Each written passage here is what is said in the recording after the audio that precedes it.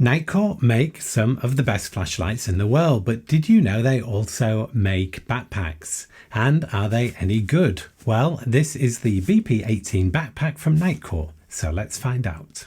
That's one small step for man, one giant leap for mankind. Nitecore refer to this as designed for commuters and overnighters, which I think is a little bit at odds with this tactical or military design aesthetic we see here, with these Velcro panels for morale patches dotted around. And you actually get a Nitecore patch included, and then also loads of MOLLE webbing everywhere on this front panel and again on both sides. At 18 litres, it's not tiny, but it's certainly not big, and it's very lightweight at 710 grams, which is 1.6 pounds, and size wise it's 47 centimetres by 24 by 16 centimetres, or in old money that's 18.5 inches by 9.4 by 6.3. As far as price goes, it's around £100 in the UK, including tax, so a mid-price range. But as you will see, there is an awful lot going on here for the money. It looks functional and it looks like it has a job to do, but it doesn't really shout exec if that's the look you are going for.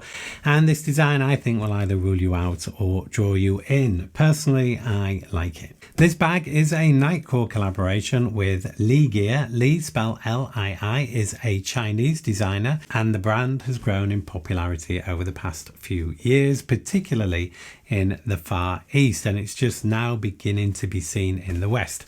And if you wanted to know where this particular bag got its inspiration, look no further than the Lii Gear Mr. Octopus bag. It is the same in many respects, except the Mr. Octopus is a 16 litre bag, so slightly smaller, but uses more high-end materials and fittings and is more expensive at twice the price of this BP18. So let's have a closer look at the bag, starting with the outside. And the material used here is a 500D nylon, not as thick as Cordura, but it is pretty tough. And the benefit of this material is that it is very lightweight. As we've mentioned before, it has lots of Velcro panels on the front here and on both sides. And this allows you to customize the bag with morale patches, and if you don't know what they are, just Google it. There are loads available to allow you to customize your bag to your particular theme. In addition to that, we have all these MOLLE webbing straps again on this panel here and also on both sides, and we have some additional attachment points on the shoulder straps. So these MOLLE webbing straps allow you to attach a myriad of pouches or holsters for various different things. Again, they are readily available and allow you to customize how you carry, or you might just want to attach things directly, like this flashlight here. This is a Phoenix LD30, or perhaps a Nitecore T4K. And that attaches really well, and they're not going to go anywhere as you run about with this. You'll notice it has this yellow highlight here and some yellow Nitecore branding. Other than that, it's all black with the exception of any patches you attach. The zippers are YKK, which is great to see. They are covered zippers, but they're not AquaGuard, so they won't have the same waterproof characteristics. Having said that, they are super smooth, which I think is really nice to see. You have to be careful with zips that are this smooth, that if you are, say, packed into a subway or underground, it does mean that somebody can access the contents of your bag more easily. So just be a little bit careful about storing valuables in here if you are in a crowded space. The quality here looks pretty good in general. It's not perfect. If you look closely, you'll see that this Velcro strip here, for example, is slightly offset from the center. And I notice there's a little bit of fabric ends showing here, which could fray. But I am being pretty picky, particularly at this price. As you can see, we have grab handles top and bottom. They are made out of double thickness nylon webbing and feel really secure. And this means you can grab these, say, from an overhead locker or from under the seat in front of you, irrespective of which way they went in. And this one on the bottom could also be used as an attachment point. Speaking of attachment points, we have these nylon webbing loops here and also here. And you could thread some paracord through there and attach something to the bottom of the bag, which might be a sleeping mat or maybe a lightweight compact chair. You also have some loops here which you could also attach to, although I think they're more designed to allow you to grip something when you close the zip. You'll notice we have a small zip opening here on the side of the bag at the back. That gives you access to the main pocket, and this is designed to allow you to pass a drinking tube because you can put a water bladder in here, but you could also potentially pass wired earphones or headphones, or perhaps a charging lead if you are charging a phone from a battery in here. Then we also have two bottle pockets, one on each side. And what's really nice about these is they are elasticated. So there's an elastic loop here running through it, which means that when it's not in use, it holds it flat to the bag, and that makes it a lot neater to carry. I have here a 750ml bottle that fits in there really snugly, or perhaps this is a 400ml bottle or 14-ounce bottle, and that pretty much disappears in there. Also, you could use this for carrying an umbrella, say, for more urban carry, but nevertheless, these pockets are really nice to have. There are not many zip pockets on here. There is the main compartment, which can be accessed in several ways, and there is one additional zip pocket on the front of the bag. So this small zip pocket here will take my iPhone 13 Pro, no problem, in a chunky case. Or it can be used for quick grab items, things like sunglasses or a mask or maybe some hand gel. So easy access items can fit in there. And this has a big Velcro panel on it to gain access to the main compartment. So one way you can gain access to that main compartment is with these zippers here, and then it opens up completely. And you'll notice that this small pocket here isn't built into the flap, which I prefer, so you're not having to lift the weight of the contents of the pocket every time you open this flap. This pocket here leads to a pouch inside the bag itself. And then with this panel open, you've got access to all the contents very easily and very quickly. So I like that. You may choose, when you're carrying it, just to open one side to get access to it that way, or this side. So that's another way of accessing the main compartment. And then you also have two zip pulls. That gives you access to the main pocket from above, and also to a laptop pocket here. This laptop pocket will take up to a 16-inch laptop. I've got a 14-inch one here. This bag is pretty full at the moment, but that slides in there fine with plenty of room to spare. It's worth mentioning that the laptop pocket in here doesn't have any internal suspension, so you might want to put your laptop in a sleeve so that it doesn't get knocked if you put the bag down hard on the ground. And if you want to get into the bag in a hurry because these zips are so smooth, you can do that very easily indeed. And I do really like this way of accessing a backpack. Okay, let's have a look at the back of the bag, and you can see straight away this is a very unusual form of padding. These are very thick and you can get your hand behind them. Nitecore describe this as having outstanding ergonomic comfort because of this, what they refer to as a fishbone pattern, because you can get plenty of airflow. And also you'll notice we have a little Velcro pocket here that runs all the way down the center.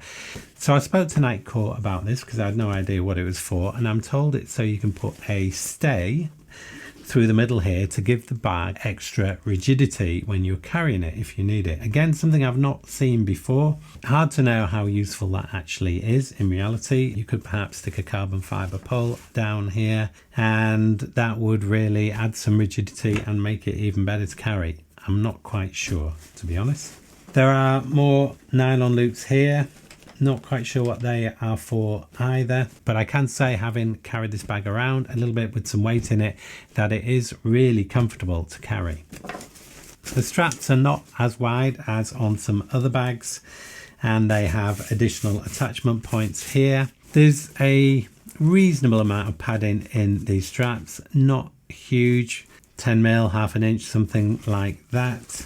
You'll notice it has a sternum strap. It is removable if you don't like it, and that uses these traditional Duraflex buckles.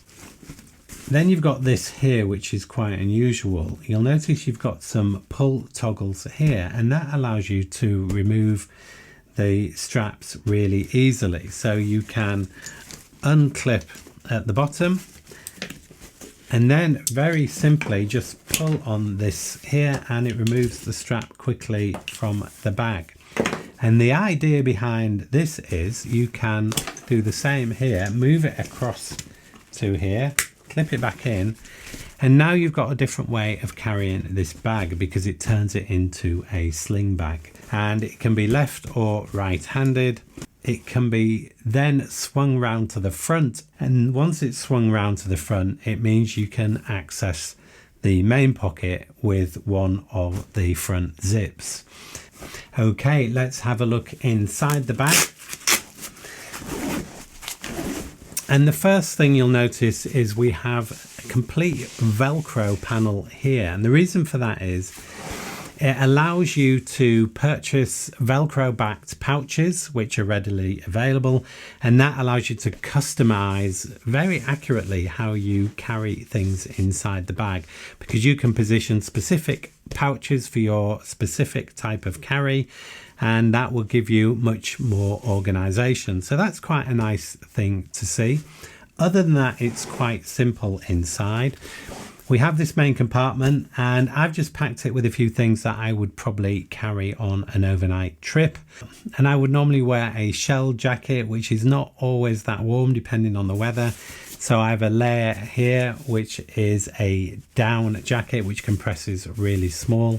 So I would carry that as a layer of warmth if needed. And then if it got particularly wet, I have a very lightweight waterproof here that packs really small, so that's in there as well. Then I have cables and chargers for a laptop.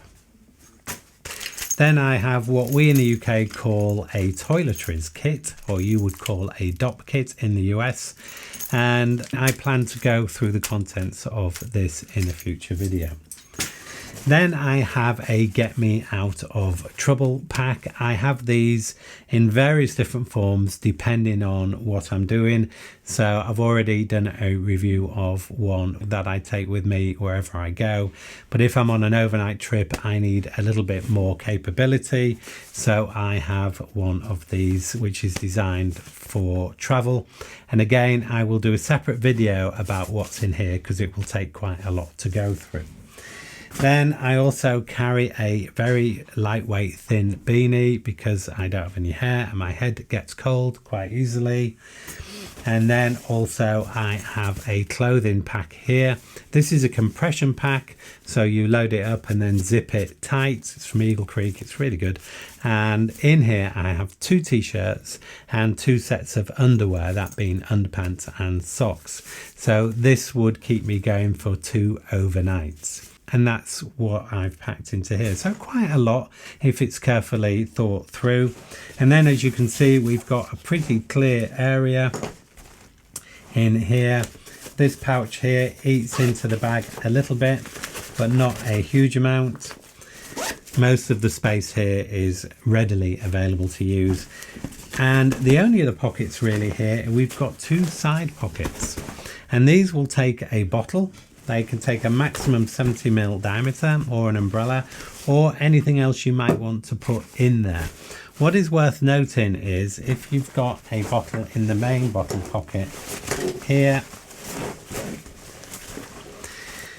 then you can't really fit another bottle in here. They just eat into the same space. So if you are using the external bottle pocket, you are going to struggle to get a bottle on the inside. However, if you don't want to be carrying a bottle on the outside to make the bag look a little bit neater, or you've got plenty of space available, then you can put a bottle on the inside and that keeps it upright and out of the way. But really these pockets can be used for all sorts, so just more organization.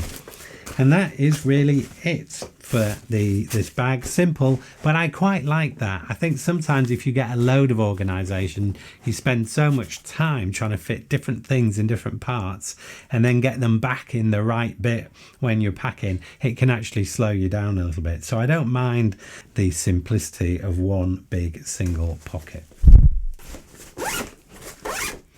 And with nothing in it, it is so lightweight. It's one of the real strengths of this bag. You know, if I'm traveling light, I really hate having to carry a heavy bag before I've even put anything in it. This bag is described as having a water and dirt resistant coating, so it'll be interesting to see how it performs in the rain. So I'm going to give it a rain test using the hose in the garden and see how it performs. So this test is to simulate very heavy rainfall, albeit only for around a minute. And you can see straight away that water is running off the pack, which supports the claim that it has a waterproof coating. So it's unlikely that water will find its way in through the fabric itself. However, these zips are not AquaGuard and it is not going to stop water getting in that way. So looking at the main compartment, you can see straight away that water has found its way in and that kitchen towel is soaked through. So definitely worth buying a rainproof cover for this pack if you plan to use it in heavy rain. You can see here that the top pocket is also very wet and the kitchen towel in there has also soaked through. So in short, not a waterproof pack, and would benefit from a rain cover if you plan to use it in extreme conditions. So who is this bag for? Well, if you like the look, you'll be drawn to it, and if you don't, it's probably a deal breaker. If you do like the look, it makes a great grab and go bag for day hikes or short trips, particularly if you travel light. Also makes a great work pack or gym bag, or if you're looking for a specific use, it would make an excellent first aid kit for a dedicated large first aid pack if you say need that for an expedition, etc. I would not choose this for heavy duty use in challenging conditions, and to be fair, that type of use would normally require a larger capacity bag anyway, and I would be looking to spend more on materials and waterproofing in that sort of use case. But in general use, particularly in an urban environment, I actually think it's a great bag. Nitecore described this as a commuter and overnighter backpack, which would also suggest lighter duty use, and that somewhat contradicts the military aesthetic, but at this price you can't really complain. I was keen to review a Nitecore backpack as I've not had a chance to play with one before, so I'd like to thank Nitecore for agreeing to send me this sample for the review. If you've enjoyed this video, you might want to check out some of my other packs and pouches reviews here. Thank you as always for watching, have a great day, and I'll see you in the next one.